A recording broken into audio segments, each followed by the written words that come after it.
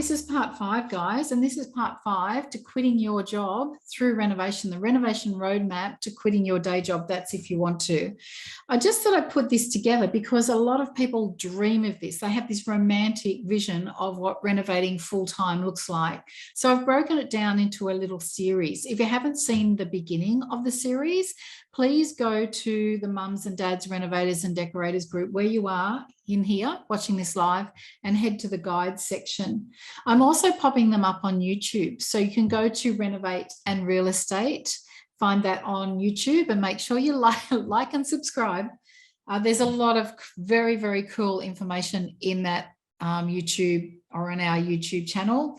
If you're looking for something specific, the right information, then definitely head there and take a look. But today, this is all about being resourceful, being resourceful. It's actually, hi Karen, hi everyone, hi Anne, hi Penny. It's not about what you know, it's about who you know. It's really difficult when we're so used to doing things ourselves and we're quite proud about what we achieve all by ourselves. Some of us want to take that attitude and that that whole thing into renovating. It's a big mistake. It's a big mistake. There are so many people at our fingertips that we can reach out to who will help us in our renovation journey. So let's talk about it first. Renovating it basically is just a series of fast decisions.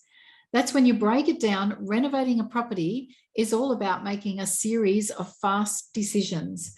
Some people struggle with making fast decisions, and some people, like my daughter, my goodness, you know, she thinks about things for 2 seconds and then it's on. She's just got things going. So we're all wired a little bit differently.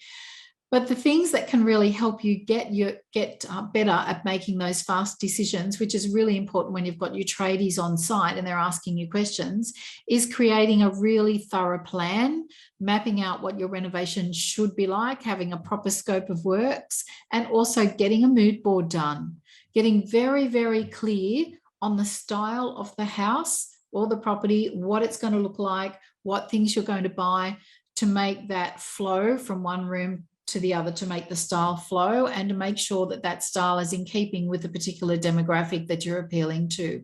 So renovation is basically a series of fast decisions and is also dependent on good communication and staying organized. If you can communicate with anybody, if you can have a conversation, guys, you can renovate. I'm actually quite astounded sometimes around the fear of renovating. It's because I speak to so many people, I get everybody's inside take on it. And some people are right, okay, I've done a few things before, I'm right to go. But some people are really stuck. They're very, very fearful of mucking up. So if that's you right now, I want you to understand that you're not alone in that. So if you have no idea or you've never renovated before, how do you actually get this thing off the ground? The first thing you do is look around you. Guys, we've got mates from high school, in our everyday lives, in our current jobs, through our spouses, through our partners, through our kids. Look around you at your immediate network and start to really look who you might be able to reach out for. Finance beyond banking loans is number one. So somebody who's willing to chip in some cash, or in our case, my student's case, it's going to a good broker who can get you money beyond what the banks will lend you, because the banks are so conservative and they're really conservative right now. So it's all about having the right team around you.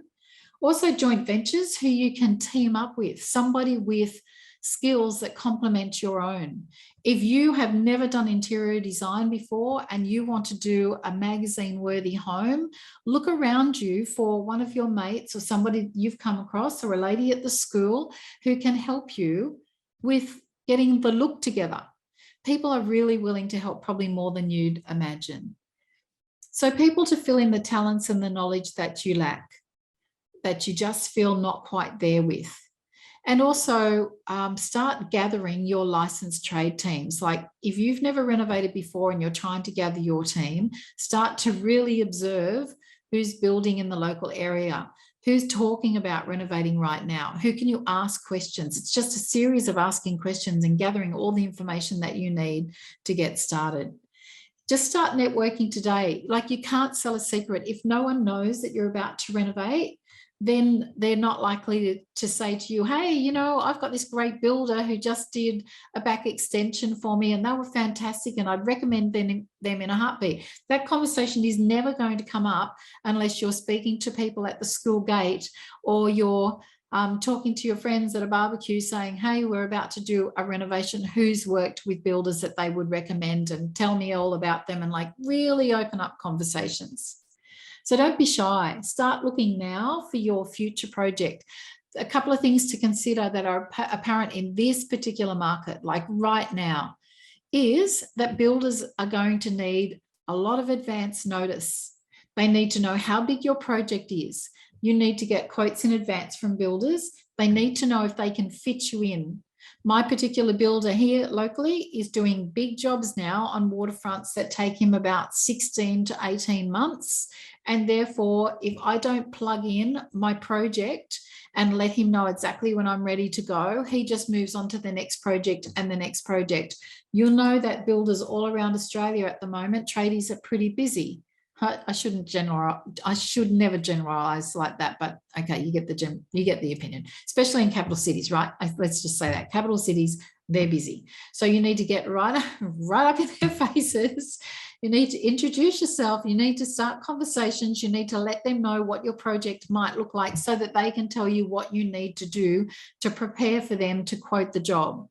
So you need to be, vocal about what you're about to do. And also product needs to be ordered early. If any of you have walked through Bunnings, feel free to comment if you've done this and you've walked through Bunnings of late and you've seen the shelves almost empty, particularly when it comes to timbers, VJ boards, some supplies. I've watched the fluctuations. You can see when there's a delivery and you can see when all the shelves are empty and all the builders ring each other and say they've got product now. And there are obviously other timber works around other than Bunnings. I'm not saying they're the only place to go, but know that, hey, you know, product is a bit light on at the moment. So you need to be more than ever organised in advance with your mood board, with what you want to order, with your room measurements, with your builders ready to go. But you know, that's kind of how it is. And if you don't know how to do those things, start reaching out and networking for people who can help you. I always say this, and I say this in life, in business, in renovating and property investment.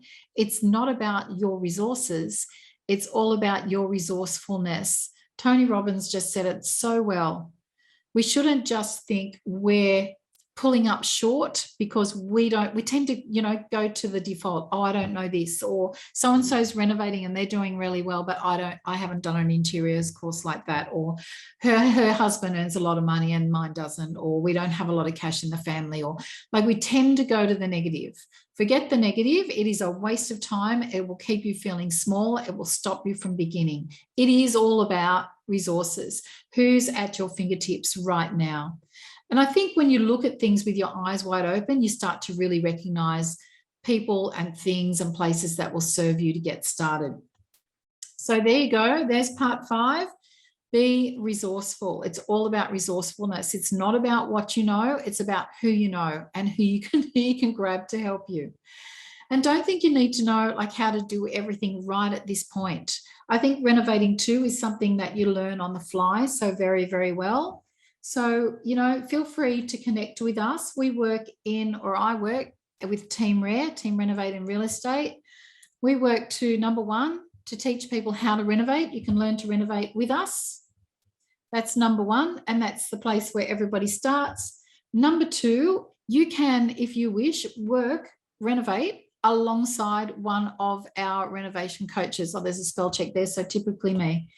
Okay, so you can work with one of our renovation coaches. The beauty of that is that all of these decisions and all of these resources that I've just said in this video to start reaching out for, they're all provided for you. So hit me up with a call if you'd like to talk about that, if that's something that would really suit you to get started off the ground. If you're terrified about giving this a crack, then feel free to do that, to connect with me, and we can talk about that. And number 3 is a lot of people start to renovate and they think, right, this is it for me. I do not want to go back to nursing. I do not want to go back to being a teacher. I do not want to return to my day job, and this whole series is about quitting your day job if you wish. If you want to take renovation on as a full-time gig, I can set you up to do that. I personally set you up to do that. If ever you wanted to book a call, you are most welcome to do that, particularly, something I've said today has really jumped out at you, then you can do that at renovateandrealestate.com.au/book a call. So here we are, back into it again. Tuesday lives, 12 midday. Love them. All right, bye guys. Love you lots. Cheers.